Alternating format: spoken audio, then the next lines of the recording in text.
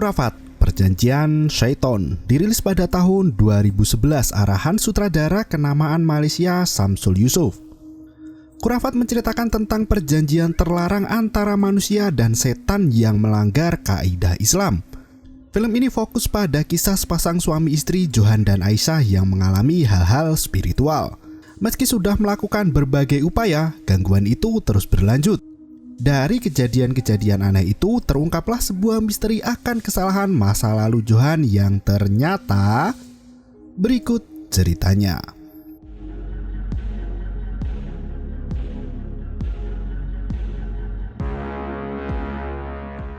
Film dimulai dengan petikan surat Al-Jin ayat 6 yang menegaskan tentang kemusyrikan di mana manusia meminta pertolongan pada golongan jin.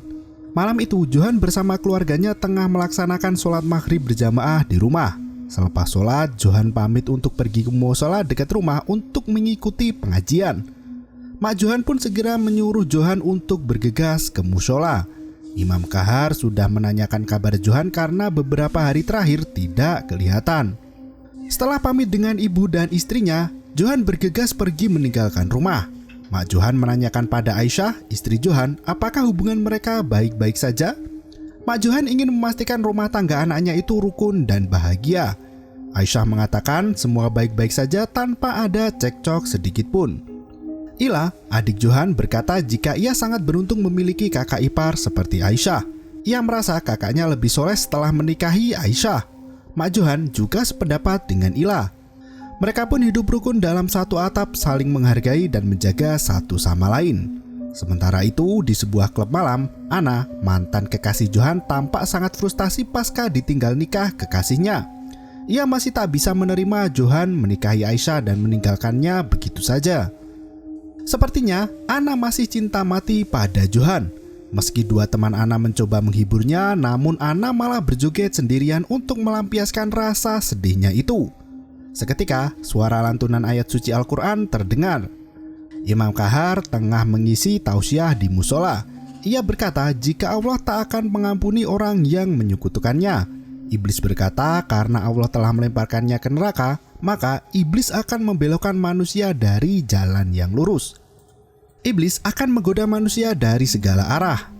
Ana masih terlihat minum-minum sambil bergoyang di klub malam. Setelah pengajian usai, Johan pulang bersama sang imam. Ia berkata bahwa ia merindukan masjid setelah 2 minggu tak keluar rumah.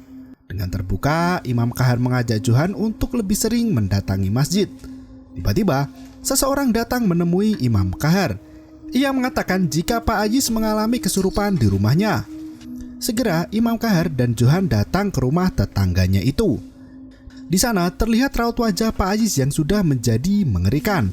Ia mengeram seperti harimau. Iblis itu berkata jika jasad Ais sudah menjadi miliknya. Ternyata Ais telah melakukan ritual dengan menggadaikan dirinya pada iblis. Dengan penuh jerih payah, Imam Kahar mengusir iblis itu agar pergi meninggalkan jasad Pak Ais.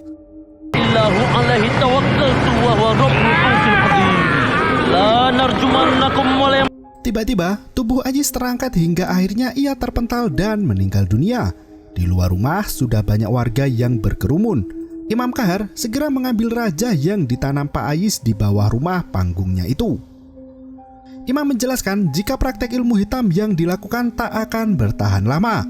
Manusia yang bersekutu dengan iblis akan binasa seperti yang dialami oleh salah satu tetangga mereka itu. Sementara itu, Ana jatuh pingsan karena mabuk berat dan menggunakan narkoba. Dua teman Ana membawanya pulang ke apartemen. Setelah sadar, Ana semakin menggila. Ia berteriak memanggil nama Johan berkali-kali sambil menangis dan mengamuk. Tak tahan melihat sikap Ana, dua temannya itu justru meninggalkannya di kamar sendirian.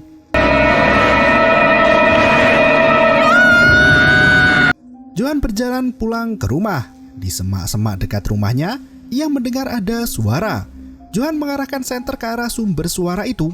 Namun ia tak menyadari ada hantu di sana. Ternyata Aisyah sudah berada di belakang Johan. Ia menunggu Johan yang tak kunjung pulang hingga larut malam. Johan menjelaskan jika ada kejadian setelah pengajian. Setelah menceritakan hal buruk yang menimpa tetangganya itu, Johan dan Aisyah segera masuk ke rumah untuk beristirahat. Johan menyempatkan diri untuk menemui ibunya di kamar. Ia berkata jika dirinya akan segera pindah ke Kuala Lumpur untuk urusan pekerjaan. Ia meminta ibunya yang janda untuk ikut pindah bersamanya di kota. Namun Mak Johan mengatakan jika ia tak ingin merepotkan Aisyah. Ia berkata tak ingin menjadi masalah di rumah tangga anaknya itu dengan ikut pindah ke Kuala Lumpur. Mak Johan berpesan agar Johan memperlakukan Aisyah dengan baik. Johan pun berjanji pada ibunya untuk melaksanakan semua nasihatnya. Setelah mendengar nasihat dari ibunya, Johan segera menyusul istrinya ke kamar untuk beristirahat. Malam berlalu, jam sudah mulai menunjukkan pukul 2:45. Aisyah terbangun dari tidurnya setelah mendengar ada suara aneh dari lantai bawah. Ia mencoba membangunkan Johan, namun suaminya itu masih lelap dengan tidurnya. Aisyah memberanikan diri untuk memeriksa suara itu. Saat ia hendak turun ke bawah, Aisyah melihat ada hantu perempuan merangkak naik dari tangga itu. Ia pun terjatuh dan berteriak ketakutan. Setelah hantu itu hilang, ternyata hantu wanita itu sudah ada di atas kepalanya dan jatuh menimpanya. Ternyata Aisyah bermimpi buruk dan dibangunkan dari tidurnya dengan badan yang penuh keringat. Pagi hari pun tiba. Johan terlihat sedang bekerja di rumah sakit. Zura, teman Ana, mengikuti Johan untuk memberikan kabar tentang Ana. Ia meminta Johan untuk menemui Ana. Zura juga menanyakan alasan Johan mengapa ia tega meninggalkan Ana begitu saja dan menikahi perempuan lain. Johan mengatakan jika dirinya tak pernah merencanakan untuk meninggalkan Ana. Ternyata selama ini Johan tidak tahan melihat tingkah Ana yang terlalu binal. Johan sudah memberi kesempatan pada Ana untuk berubah, namun Ana malah semakin menggila. Hal itulah yang memaksa Johan untuk meninggalkan Ana dan menikah dengan wanita lain. Mendengar hal itu, Zura tak bisa berbuat banyak. Ia mengatakan jika Ana masih sangat mencintai Johan. Setiap harinya, Ana menangisi Johan dan tingkahnya semakin aneh. Saat Zura berbincang dengan Johan, nenek petugas rumah sakit terlihat mengamati mereka berdua. Hingga akhirnya, Zura pergi meninggalkan Johan setelah Johan menolak untuk menemui Ana. Johan bergegas pergi menuju ke kamar mayat. Ia menarik salah satu mayat dari loker dan bersiap untuk melakukan otopsi jenazah. Setelah memeriksa mayat itu, Johan mengisi form pekerjaannya. Tiba-tiba, mayat yang sudah ditutup di dalam loker keluar dan membuka dengan sendirinya. Suara aneh muncul dari belakang punggung Johan. Tangan seorang wanita menepuk pundaknya. Johan sangat terkejut dan ketakutan. Ia bergegas pergi dari kamar mayat. Di luar, sudah ada nenek yang ternyata membawa makanan untuk Johan. Siang pun tiba. Rosman mengajak Johan untuk makan siang di luar. Meski sempat menolak ajakan Rosman, akhirnya Johan ikut makan siang bersamanya. Saat Johan memasuki mobil, tiba-tiba Ana menggedor-gedor kaca jendela mobil. Dengan wajah memelas, ia meminta Johan untuk turun dari mobil. Setelah Johan turun dari mobil, Ana langsung memohon-mohon pada Johan untuk kembali padanya. Johan mengatakan jika dirinya tak sabar menunggu Ana berubah. Johan mengatakan jika dirinya tak bahagia bersama Ana yang seperti itu. Ia meminta maaf pada mantan kekasihnya itu dan meminta Ana untuk tak mengganggu hidupnya lagi. Mendengar hal itu, Ana semakin sakit hati. Ia menangis seraya mengatakan jika dirinya telah memberikan semuanya untuk Johan. Ana memohon pada Johan agar iba kepadanya dan kembali ke pelukan Ana. Tak mau memperpanjang masalah, Johan segera masuk mobil dan pergi makan bersama Rosman. Melihat mantan pacar Johan yang cantik, Rosman malah menggodanya. Ia berkata jika dirinya punya pacar seperti itu, Rosman akan menikahinya sebagai istri kedua. Johan mengelak dengan berkata jika ingin mencari istri seharusnya memilih wanita yang solehah. Johan teringat makanan yang diberikan oleh nenek. Ia membuka bungkusan itu dan memakan makanan dari sang nenek. Malam pun tiba. Aisyah dan Johan sudah berada di rumah baru mereka di Kuala Lumpur.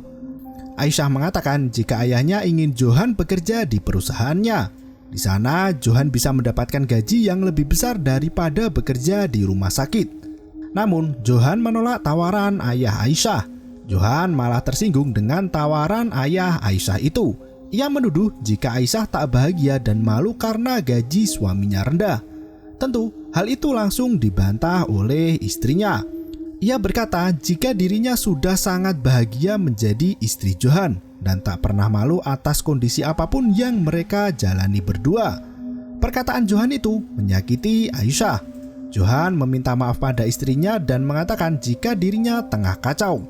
Johan pun menceritakan kejadian siang tadi saat Anna mendatanginya di rumah sakit dan mengganggu pikirannya. Aisyah terdiam 1000 bahasa. Johan kembali menegaskan jika ia tak akan pernah tergoda dengan siapapun. Ia berjanji akan tetap mempertahankan rumah tangganya bersama Aisyah apapun yang terjadi. Di tempat lain, Anna menemui Zura untuk menceritakan kejadian siang itu.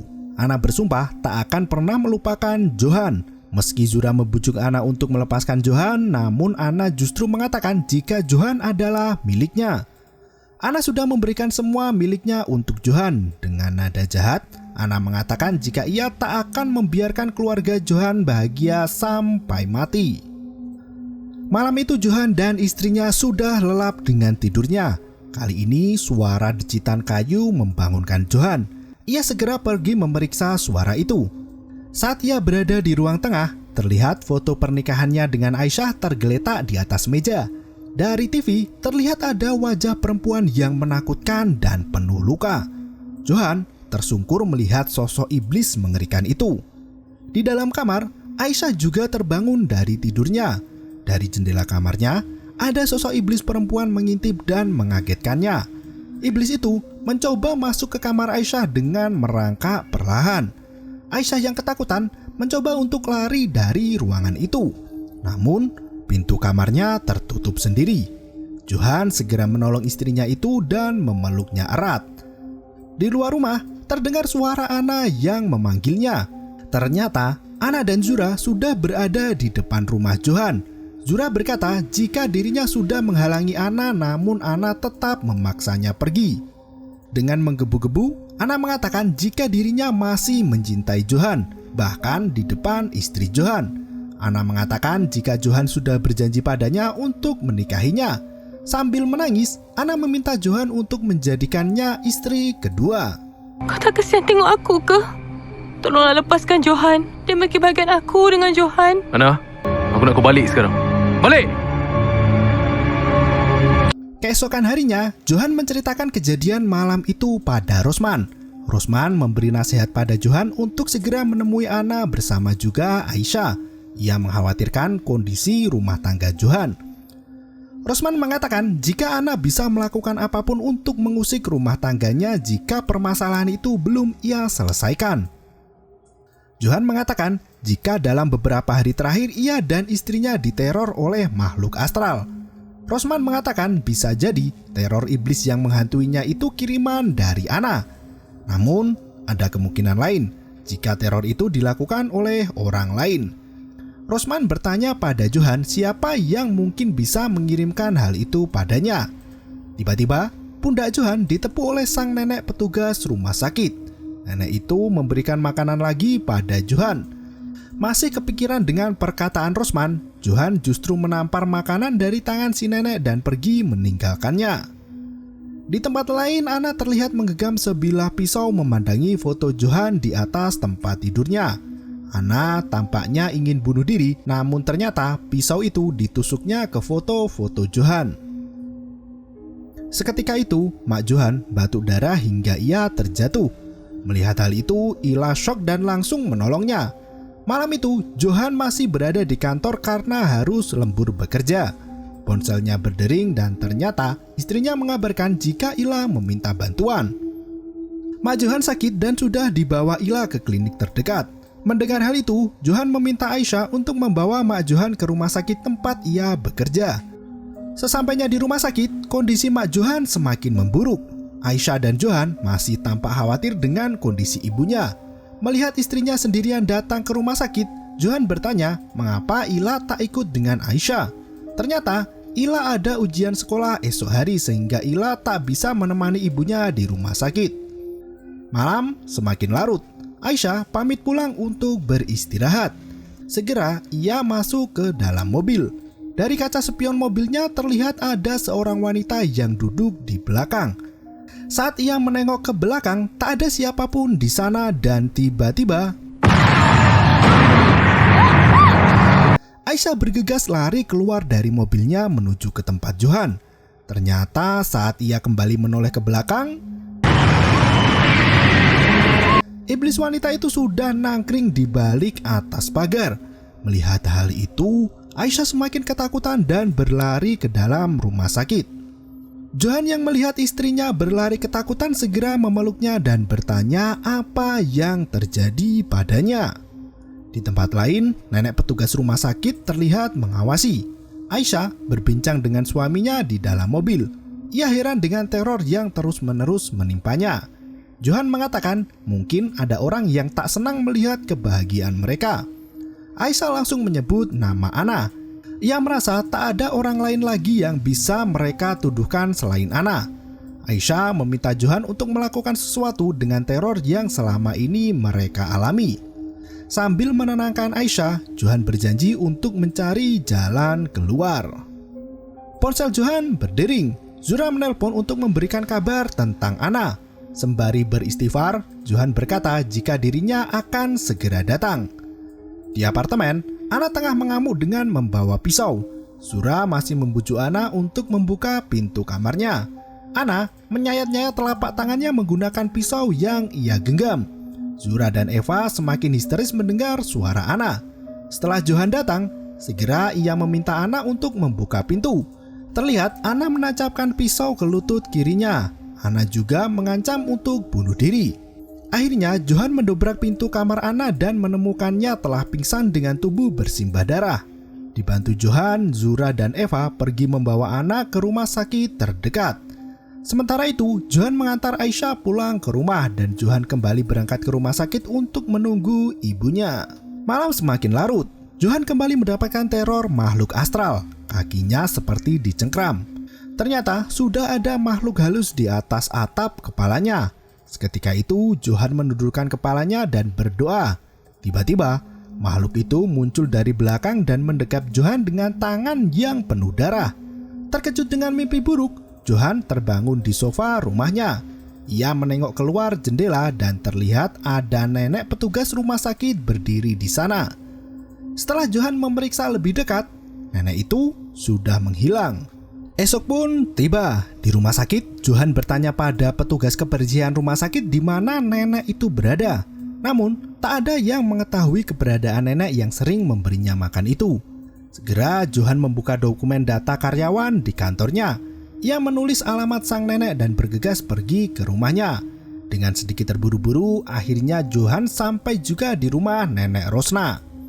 Setelah bertemu dengannya, Nenek Rosna akhirnya menceritakan apa yang sebenarnya terjadi. Ia mengatakan bahwa anaknya yang bernama Kamal memiliki wajah yang mirip seperti Johan. Kamal merupakan anak yang baik dan santun, namun setelah ayahnya meninggal, Kamal terpaksa menjadi tulang punggung keluarga dan senantiasa merawat ibunya yang sebatang kara. Hingga pada suatu hari, Kamal mengalami kecelakaan lalu lintas dan tewas saat itu juga. Setelah kejadian naas 10 tahun lalu, kehidupan Nenek Rosna menjadi semakin terpuruk. Ia harus tinggal sendirian dan mencari nafkah sendiri. Oleh karena itulah, Nenek Rosna selalu memperhatikan Johan. Ia mengatakan jika dirinya merasa tak sendirian lagi saat melihat Johan. Nenek Rosna merasa ada Kamal di sampingnya dan hal itu membuatnya semakin kuat dan tegar. Setelah menjelaskan apa yang ia alami, Nenek Rosna meminta maaf pada Johan atas ketidaknyamanan yang disebabkan olehnya. Nenek Rosna berkata jika dirinya tahu Johan dan istrinya diteror oleh makhluk halus. Nenek itu menyarankan Johan untuk meminta maaf pada orang yang pernah disakiti hatinya. Johan pergi dari rumah Nenek Rosna dan menuju ke rumah Ana. Ia membuka kamar Ana dan menemukan Ana telah mati bunuh diri. Segera Johan menelpon polisi. Ambulan dan petugas kepolisian berdatangan. Beberapa wartawan juga terlihat meliput tempat kejadian perkara. Aisyah menemui suaminya itu dan mencoba untuk menenangkan Johan. Ia mengatakan jika apa yang terjadi pada Ana sudah menjadi kehendak Tuhan. Setelah kejadian itu, Johan menelpon orang tua Ana untuk mengabarkan kedukaannya atas kematian Ana. Rosman bertanya, apakah ada saudara Ana yang tinggal di Kuala Lumpur? Johan mengatakan jika ayah Ana telah lama meninggal sedangkan ibunya sedang sakit keras. Sementara Ana adalah anak tunggal dan tidak memiliki siapapun lagi. Ibu Ana menitipkan jenazah Ana pada Johan. Ia pun meminta Rosman untuk menemaninya membawa jasad Ana pulang ke rumah orang tuanya esok pagi. Setelah menenangkan hati Johan, Rosman pamit pulang. Johan masuk ke kamar mayat dan membuka jenazah Ana. Ia berniat untuk meminta maaf atas kesalahan yang membuat Ana sakit hati. Setelah ia membuka penutup jenazah, tiba-tiba lampu rumah sakit itu padam. Meski Johan mencoba menyalakan listrik, ternyata listrik tak menyala juga. Johan mencoba membuka pintu dan pergi dari ruang jenazah, namun ternyata pintu terkunci rapat. Dan tiba-tiba listrik kembali menyala. Jenazah Ana terlihat sudah kembali di tempatnya. Johan menangis ketakutan. Pagi pun datang menjelang. Setelah menandatangani dokumen rumah sakit, Johan pamit pada istrinya untuk mengurus jenazah Ana. Mak Johan diantarkan Aisyah untuk pulang ke rumahnya setelah membaik dari serangan jantung yang menimpanya beberapa hari lalu. Terlihat jenazah Ana dimandikan dan dikafani. Setelah semua siap, segera jenazah itu disolati di rumah sakit dan Johan menjadi imamnya. Setelah jenazah usai disolati dan dikafani, Johan pergi ke rumah Ana bersama Rosman. Di dalam mobil itu, Johan mengatakan jika dirinya menyesal telah meninggalkan Ana. Ia mengatakan jika ia tak meninggalkan Ana waktu itu, maka semua ini tak akan terjadi. Rosman mencoba menenangkan Johan dan berkata jika semua ini sudah menjadi takdirnya. Namun Johan berkata jika ia selalu mendapatkan teror setelah menikah dengan Aisyah. Rumah tangganya tak tentram dan penuh ketakutan. Rosman mengatakan jika mungkin memang Ana yang mengirim santet padanya. Di rumah Johan, Mak Johan bertanya mengapa Aisyah terlihat murung beberapa hari terakhir ini. Aisyah mengatakan jika selama ini ia selalu dihantui dan diteror oleh makhluk goib.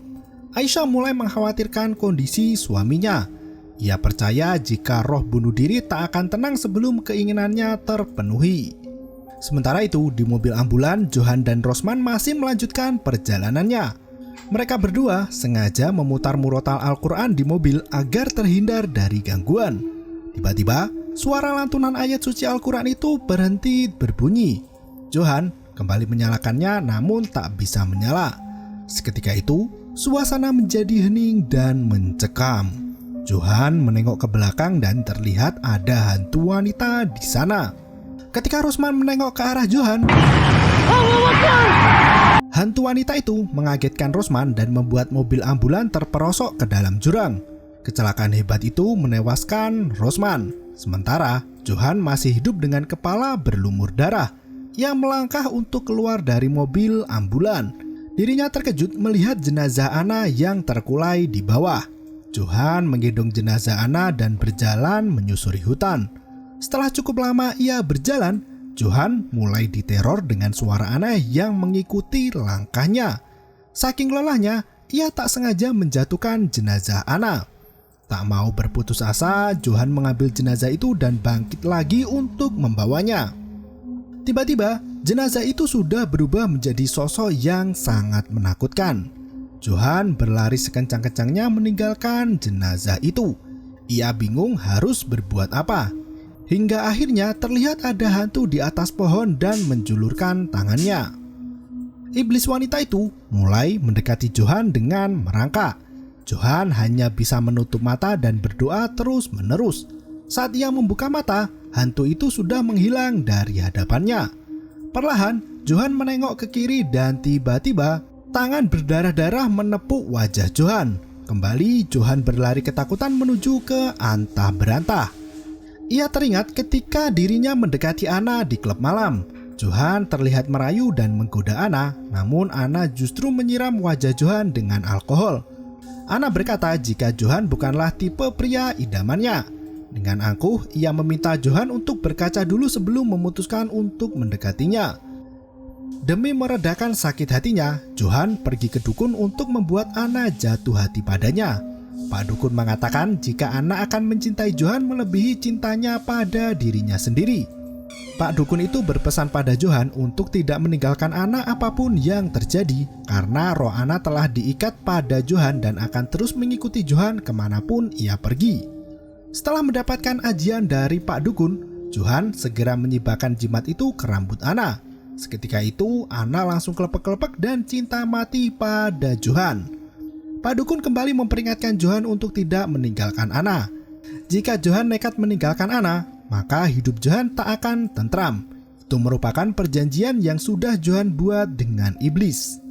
Akhirnya, Johan mengakui semua perbuatannya itu di tengah hutan. Ia meminta maaf pada Anna dan meminta Anna agar tak mengganggunya lagi. Namun, Anna kembali datang mengejutkannya. Sesampainya di ujung jalan, Johan meminta bantuan mobil yang lewat untuk menolongnya. Johan sampai di rumah dan ia memanggil nama Aisyah, namun tak ada satu orang pun yang menjawab. Johan bergegas pergi ke rumah orang tuanya. Di sana, sudah ramai orang berbaju koko dan keranda terpasang di teras rumah. Ternyata, Mak Johan telah meninggoy. Saat Johan melihat jenazah emaknya, ia melihat wajah dirinya sendiri yang terbaring dan dikafani. Ternyata setelah kecelakaan mobil ambulan itu, Johan dan Rosman tak selamat. Mereka berdua meninggal dalam keadaan mengenaskan. Mak Johan dan Aisyah terlihat terseduh sambil membaca doa. Mengetahui kenyataan dirinya telah mati, Johan menyesali semua perbuatannya semasa di dunia. Sembari mengucurkan air mata, Johan berjalan mengikuti jenazahnya ke kuburan. Terdengar suara Mak Johan yang meminta Johan untuk menjaga Aisyah apapun yang terjadi. Dan itu sudah menjadi janji Johan, namun ia justru melihat jasadnya akan dikubur. Tiba-tiba, Aisyah, Mak Johan, dan Ila sedang menangisi tubuh Johan yang masih koma. Ia tak sadarkan diri dan mengalami koma setelah kecelakaan itu terjadi. Di dalam komanya, ia melihat dirinya yang telah mati. Hingga akhirnya Johan membuka mata dan benar-benar meninggal. Film diakhiri dengan petikan surat An-Nur ayat ke-21 yang mengingatkan kita agar tidak mengikuti langkah setan. Karena setan hanya melangkah pada kemungkaran dan keburukan. Film pun berakhir. Seperti judulnya, arti khurafat itu sendiri adalah percaya dan meyakini pada suatu perkara yang menyalahi aturan Islam. Makna konotasi dalam film ini menggambarkan proses dan akibat yang dialami seseorang setelah ia melakukan perjanjian dengan setan. Hal itu merupakan perilaku syirik dan diharamkan dalam agama Islam. Perilaku khurafat itu sendiri dapat berupa bid'ah, ilmu sihir, ataupun mendatangi dukun. Selain merupakan dosa besar, hal itu akan menjerumuskan manusia dalam kesesatan, serta mendatangkan kerugian di seumur hidupnya. Ya, semoga para penonton supaya selalu bersyukur dan tidak melakukan hal yang demikian. Terima kasih dan sampai jumpa.